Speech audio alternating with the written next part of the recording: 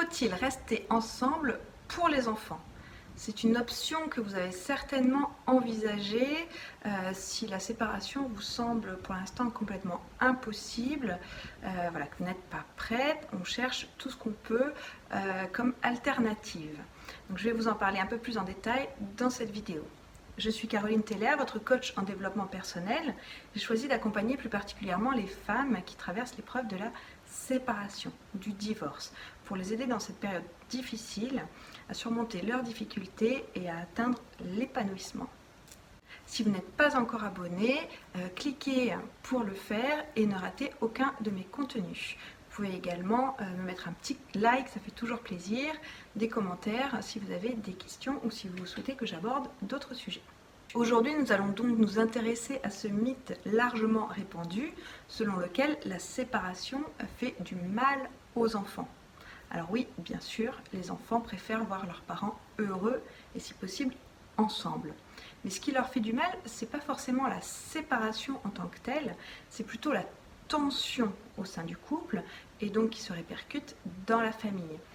Ça peut être des disputes ouvertes, mais aussi des petits règlements de compte un peu plus insidieux, des mots ou des paroles blessantes dont ils sont témoins, et également tout ce qui est indifférence. Donc voilà, de vivre dans ce climat désagréable, froid ou à vif, c'est ça qui est difficile pour les enfants. Donc que leurs parents soient ensemble ou séparés, ce qu'il est important de maintenir et de préserver, c'est une relation saine et, si possible, sereine.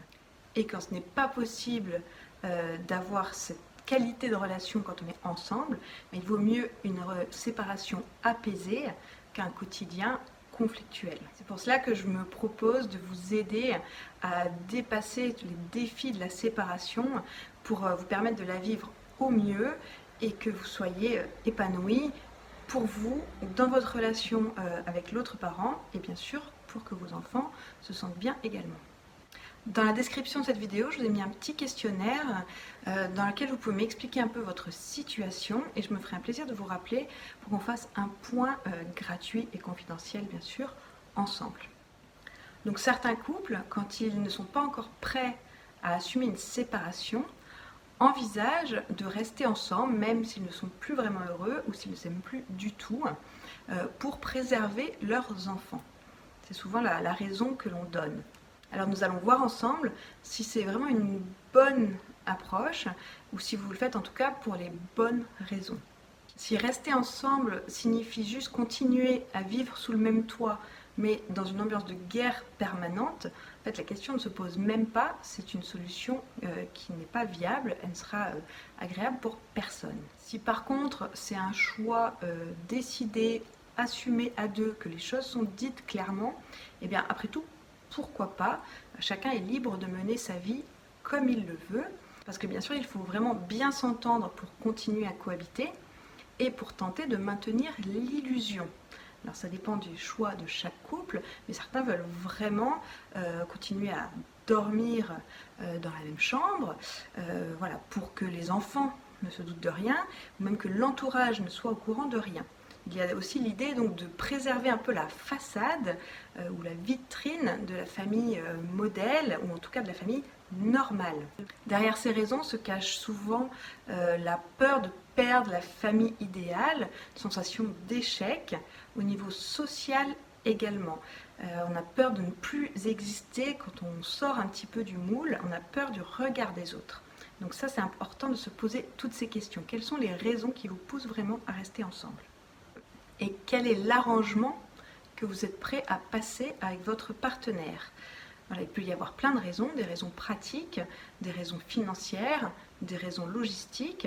C'est peut-être vraiment par abnégation par rapport à vos enfants. Tout est entendable, mais il faut que vous soyez conscient que sur le long terme, ça peut être vraiment compliqué. Et quand on cherche à tout prix à préserver l'équilibre des enfants, sûrement aussi éviter de moins les voir, avec une garde alternée comme ce serait le cas, de ne pas leur imposer d'avoir deux maisons. On cherche à tout prix à les protéger de la réalité. Est-ce qu'on leur rend service et est-ce que nous, on ne se protège pas aussi un peu ou alors on ne se cache pas un petit peu la réalité? Là où ça se complique, et ce que j'entends assez régulièrement, ce sont des femmes qui choisissent, le décident un petit peu toutes seules dans leur coin. C'est-à-dire, elles ne se sentent pas bien dans leur couple, mais elles préfèrent attendre, se disent qu'elles partiront quand les enfants seront plus grands.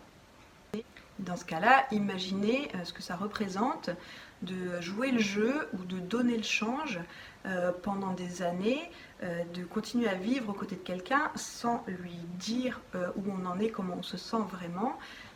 Imaginez donc le degré de confiance et d'authenticité dans ce genre de couple. Est-ce que c'est vraiment ça que vous souhaitez ? En effet, cela peut être aussi très difficile, voire impossible, de se sentir fausse comme ça ou faux en permanence, d'accepter de laisser de côté complètement sa vie de femme au profit de son rôle de mère, dans une vision un petit peu sacrificielle de sa vie, de son existence, de son destin. Pour ces raisons, il arrive que certains couples qui sont conscients que leur histoire est terminée, mais qui veulent quand même faire le choix de rester ensemble, s'accordent en fait des libertés, c'est-à-dire de vivre des histoires amoureuses ou juste sexuelles en parallèle de leur vie de famille officielle. Et dans ce cas, le risque est grand que cet arrangement ne tienne pas très longtemps, soit à cause de la jalousie de l'un ou de l'autre, s'il n'en est pas au même niveau de détachement, soit parce que des sentiments peuvent naître des nouvelles histoires et venir perturber l'équilibre qui a été mis en place, l'équilibre qui est plutôt artificiel. Donc ça fait beaucoup de souffrance en perspective. Et surtout, sachez que les enfants ne sont pas dupes. Ils le sentent quand il se passe quelque chose, quand leurs parents ne sont plus bien ensemble, ils ont l'impression qu'on leur cache la vérité, et ça peut les rendre vraiment mal à l'aise. Certes, leur sécurité est assurée, mais ça leur donne quand même une image assez erronée de ce que peut être l'amour, ou le bonheur, ou tout simplement l'authenticité. Rappelons-nous que nous sommes des modèles pour nos enfants, et qu'ils s'inspirent plus de nos actes que de nos paroles, donc l'importance d'être alignés. Lorsqu'ils réaliseront qu'ils ont passé leur enfance ou toute leur jeunesse dans un faux décor, ils risquent de vous en vouloir, de leur avoir caché la vérité, ou même ils vont culpabiliser parce qu'ils vont se dire qu'à cause d'eux, vous n'avez pas été heureuse comme vous auriez pu, que vous êtes sacrifiée, et finalement, voilà, ce n'est peut-être pas leur rendre service de leur faire porter ce poids-là.